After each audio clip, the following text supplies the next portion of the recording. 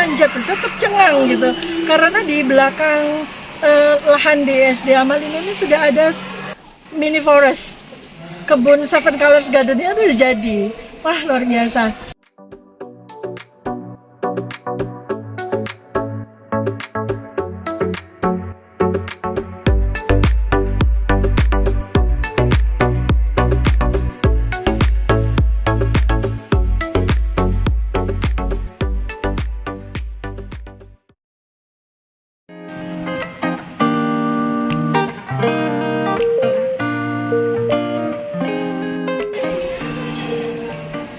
Saya sekarang ini mendapatkan kesempatan untuk berkunjung ke SD IT Amalina di Tangerang Selatan, Pondok Aren, dan luar biasa ya, terperanjat, saya tercengang gitu. Karena di belakang lahan di SD Amalina ini sudah ada mini forest, kebun Seven Colors Garden-nya udah jadi.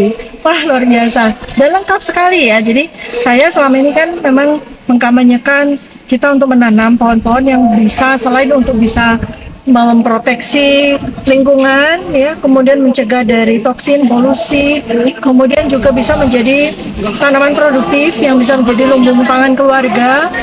Daunnya bisa dimakan, buahnya bisa dimakan, bunganya juga bisa dimanfaatkan, batangnya bisa dimanfaatkan, akarnya juga bisa. Selain itu juga untuk mengantisipasi apabila terjadi bencana, kita tidak usah bingung, tidak usah khawatir, sudah ada lumbung pangan di rumah masing-masing. Dan alhamdulillah saya lihat di SD Amalina ini sudah ada program yang bagus ya, karena ini menjadi kebun percontohan yang bisa digunakan sebagai laboratorium hidup dari anak-anak yang belajar. Selain itu juga bisa menjadi media pembelajaran yang bagus untuk guru-guru, juga untuk orang tua murid. Rencananya dalam waktu dekat nanti saya akan bikin penyuluhan di area yang ada di sini. Kan itu adalah penambahan untuk pohon yang dibutuhkan. Satu, untuk mengantisipasi lingkungan.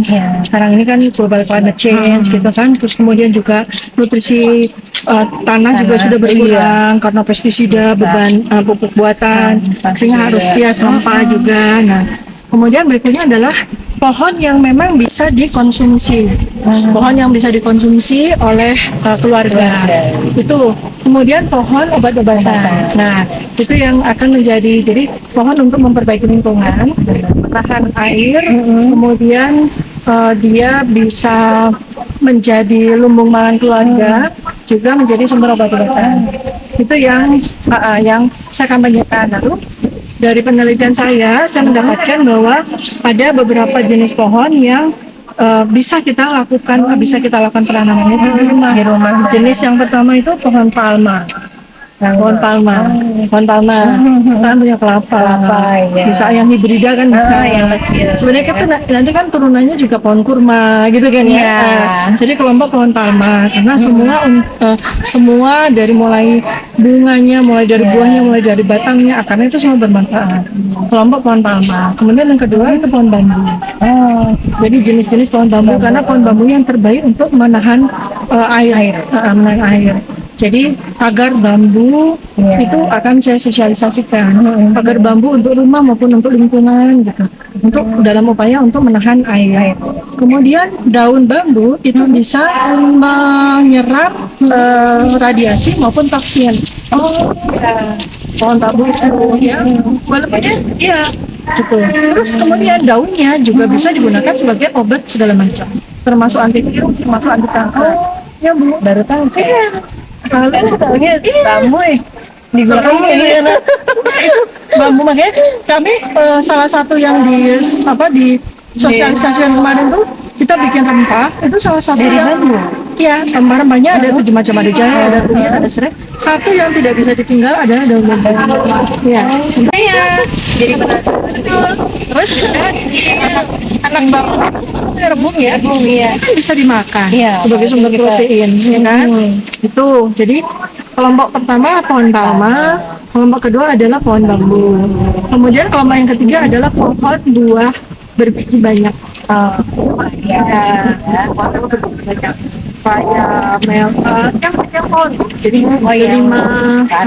ke atas yang pohon. Terus juga termasuk pohon pisang di sini.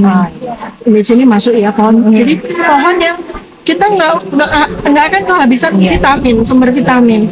bisa dimakan, buahnya juga bisa dikonsumsi, mungkin daunnya ya, pepaya, pisang pun juga ternyata juga bisa dikonsumsi juga, nggak cuma buahnya kan, Iya. bunganya bisa, batangnya bisa gitu. Terus Terus Allah udah kasih ya. iya, luar biasa. Kemudian berikutnya lagi adalah umbi-umbian. Jadi kalau seandainya terjadi apa-apa, nggak usah ribut dengan aduk beras segala macam, cabut aja. Iya. Umbi itu kan termasuk di situ singkong, umbi-umbian, daunnya juga bisa dipakai buat sayur gitu kan. Kemudian berikutnya lagi adalah rempah-rempahan. Rempah-rempahan Penting banget. jahe, sampai loncat tuh, harus punya minimal. Kalau terjadi kenapa-napa, sudah ada yang kita bisa cabut, kita bisa langsung jadi sebagai tanaman herbal kekayaan lokal hayati. Terus yang terakhir imunitas meningkatkan dari situ. Jadi nggak usah pusing dengan segala macam kalau sampai terjadi bencana, ya kan? Selama ini kan ke dokter obat. Iya, gitu. Padahal obat bisa ditanam. Gitu. Terus terakhir bunga-bunga. Nah, bunga-bunga Cantik. betul. Tapi yang edible flowers dulu. Bunga yang bisa dikonsumsi ya. Oh iya Selain iya iya. bisa dimakan, bisa dijadikan teh, juga bisa sebagai obat. Nah, itu yang kita sosialisasikan. Ya, bunga telang, bunga mawar juga bisa. Banyak kan Bu, Iya, bunga benar-benar. sepatu gitu. Iya. Bunga sepatu gitu kan. Terus Kita di sini ada nih bunga sepatu. ada ya, ada bunga sepatu itu ada ya. Pink. Ya, anak-anak kan belajar kan, jadi bisa lihat langsung. Luar biasa. Ini berapa tahun Bu sampai jadi begini? Sampai jadi hutan 2015. 2015 ya? Baru loh berarti. Iya. 2015 ya? Itu 2015 baru kita tanemin. Itu tuh masih gersang dulu kan. Biasalah proses. Baru terasanya Terus sekarang. sudah ada yang saya itu pepaya udah ada. Tinggal bambu yang belum Bu. Oh, ada. Kemarin kangkung, biasanya kangkung ya, tanam Tapi yang berbuah kali ya. hasilnya panen dijual ke wali murid, anak-anak yang jual gitu. Atau deh. Sudah ada. Sudah membuat, sudah apa namanya menjalankan apa yang sekarang ini sedang kita kampanyekan. Ini loh di SDA Madinah lahannya tidak terlalu luas, tapi bisa loh bikin kebun percontohan, menginspirasi dan sekaligus memotivasi keluarga-keluarga di rumah untuk bisa menyelenggarakan mini forest seperti ini ya, kebun Seven Colors Garden ini di rumahnya masing-masing, sehingga kalau terjadi apa-apa, terjadi bencana atau apapun, kita tidak usah harus merasa khawatir lagi karena rumah kita sudah tersedia kebun pangan sebagai lumbung pangan keluarga. Memang bisa diolah.